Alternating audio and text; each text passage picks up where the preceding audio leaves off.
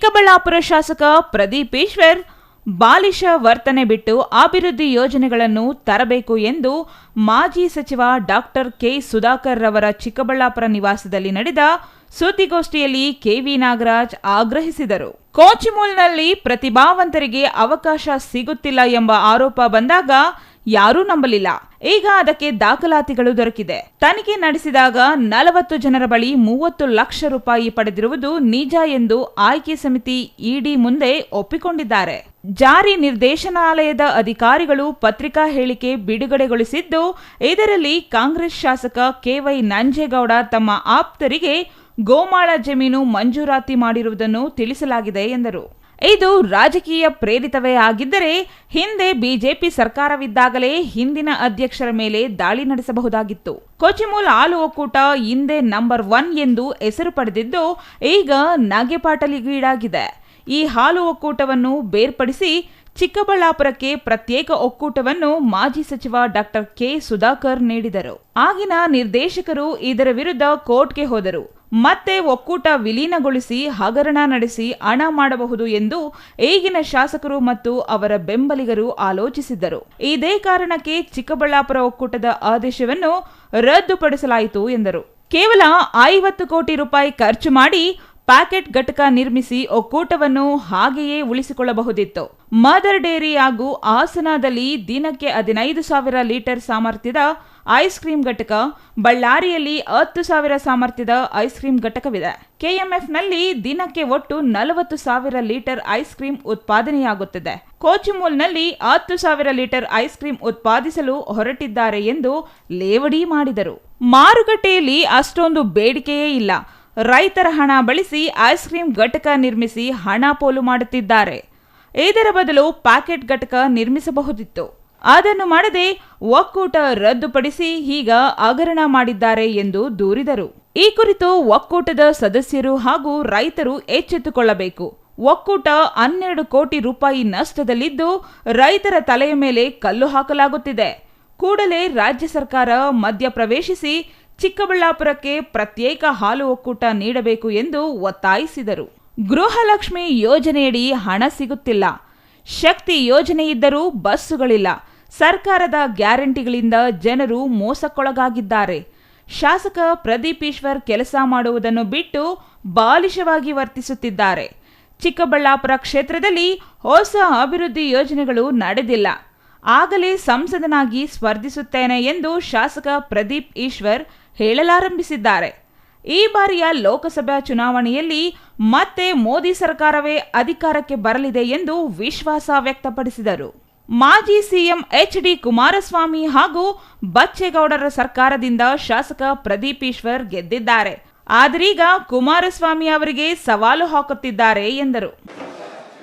ಕಳೆದ 18-19ನೇ ತಾರೀಕು ಕೋಲಾರ ಚಿಕ್ಕಬಳ್ಳಾಪುರ ಹಾಲು ಒಕ್ಕೂಟದ ಅಧ್ಯಕ್ಷರಾದಂಥ ಶಾಸಕರು ಆದಂಥ ಮಾನ್ಯ ನಂಜೇಗೌಡರ ಮನೆ ಮತ್ತು ಕೋಚಿಮೂಲ್ನ ಪ್ರಧಾನ ಕಚೇರಿ, ಆ ಒಂದು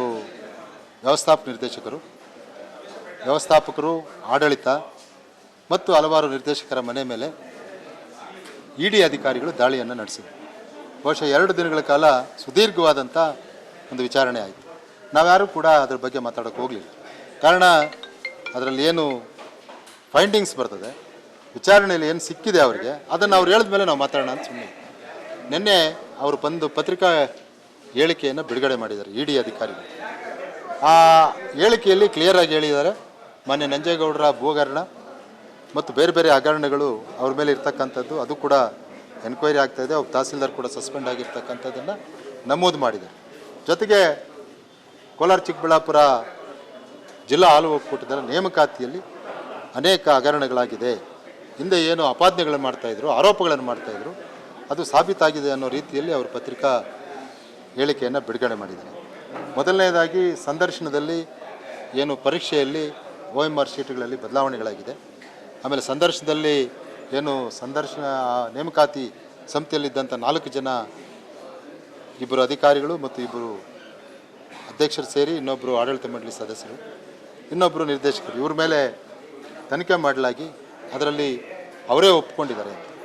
ಅಂದರೆ ನಿರ್ದೇಶಕರಾದವರು ಒಪ್ಕೊಂಡು ಈ ಒಂದು 35-40 ಪೋಸ್ಟನ್ನು 20ರಿಂದ 30 ಲಕ್ಷದವರೆಗೂ ಕೂಡ ತಗೊಂಡಿದ್ದೀವಿ ಅನ್ನೋ ಮಟ್ಟಕ್ಕೆ ಅವರು ಮಾತಾಡಿದ್ದಾರೆ. ಅದನ್ನು ನಾನು ಹೇಳಿರ್ತಕ್ಕಂಥದ್ದಲ್ಲ, ಇಡಿ ಅಧಿಕಾರಿಗಳು ತಮ್ಮ ಪತ್ರಿಕಾ ಹೇಳಿಕೆಯಲ್ಲಿ ಬಿಡುಗಡೆ ಮಾಡಿ ಮೊತ್ತ ಏನು ಸರ್ ಮೊತ್ತ ಅದಾಗಿದೆ. ಹಾಗಾಗಿ ಇವತ್ತು ಇದು ಪ್ರೂವ್ ಆಗಿರ್ತಕ್ಕಂಥದ್ದು. ಆಮೇಲೆ ತನಿಖೆನೂ ಆಗ್ತದೆ. ಮುಂದೆ ಅವ್ರು ಯಾವ ರೀತಿ ತನಿಖೆ ಬೇಕಾದರೂ ಮಾಡಲಿ.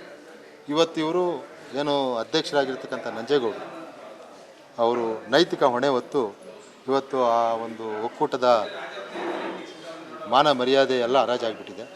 ಇಡೀ ಕರ್ನಾಟಕ ರಾಜ್ಯದ 14 ಹಾಲು ಒಕ್ಕೂಟಗಳ ಪೈಕಿ ಕೋಲಾರ ಚಿಕ್ಕಬಳ್ಳಾಪುರ ಜಿಲ್ಲಾ ಹಾಲು ಒಕ್ಕೂಟ 1ನೇ ಸ್ಥಾನದಲ್ಲಿತ್ತು. 2006ರಲ್ಲಿ ನಾನು ಅಧ್ಯಕ್ಷನಾಗಿದ್ದಾಗ ಮೊದಲನೇ ಪ್ರೈಸನ್ನು ಅಂದಿನ ಮುಖ್ಯಮಂತ್ರಿಗಳು ಉಪಮುಖ್ಯಮಂತ್ರಿಗಳು ನನಗೆ ಪ್ರದಾನ ಮಾಡಿದ್ದಾರೆ. ಅಂಥ ಒಂದು ಒಕ್ಕೂಟ 2ನೇ ಅತಿ ದೊಡ್ಡ ಒಕ್ಕೂಟ ಹಾಲು ಉತ್ಪಾದನೆ ಮತ್ತು ಮಾರ್ಕೆಟಿಂಗ್. ಅಂಥ ಒಕ್ಕೂಟಕ್ಕೆ ಹೆಸರಿಗೆ ಧಕ್ಕೆ ಬಂದಿದೆ. ದಯವಿಟ್ಟು ಮಾನ್ಯ ಶಾಸಕರಾದಂಥ ನಂಜೇಗೌಡರು ಕೂಡಲೇ ರಾಜೀನಾಮೆ ಕೊಡಲಿ. ಜೊತೆಗೆ ಇವತ್ತೇನು ನಿರ್ದೇಶಕರ ಮಂಡಿ ಮೇಲೂ ಕೂಡ ಇವತ್ತೇನು ಆಪಾದನೆ ಬಂದಿರೋದ್ರಿಂದ ಸರ್ಕಾರ ಕೂಡಲೇ ಇದರ ಬಗ್ಗೆ ಗಮನ ಹರಿಸಿ ಆಡಳಿತ ಮಂಡಳಿಯನ್ನು ಅಮಾನತಲ್ಲಿಡಬೇಕು. ಇದ್ರ ಬಗ್ಗೆ ರಾಜ್ಯ ಸರ್ಕಾರ ಕೂಡ ತನಿಖೆ ಮಾಡಲಿ. ನಮ್ಮದೇನು ತಕರಾರಿಲ್ಲ. ಇದು ಸತ್ಯಾಂಶ ಹೊರಬರೋವರೆಗೂ ಕೂಡ ಆ ಒಂದು ಆಡಳಿತ ಮಂಡಳಿಯನ್ನು ಅಮಾನತಲ್ಲಿಡಬೇಕು. ಜೊತೆಗೆ ಇವತ್ತೇನು ಮಾನ್ಯ ಜಿಲ್ಲಾಧಿಕಾರಿಗಳು ಆಡಳಿತ ಮಂಡಳಿಯ ಚುನಾವಣೆಯನ್ನು 28ನೇ ತಾರೀಕು ಜಂಗಾಲಹಳ್ಳಿ ಅಶ್ವಥ್, ಸಿಟಿವಿ ನ್ಯೂಸ್, ಚಿಕ್ಕಬಳ್ಳಾಪುರ.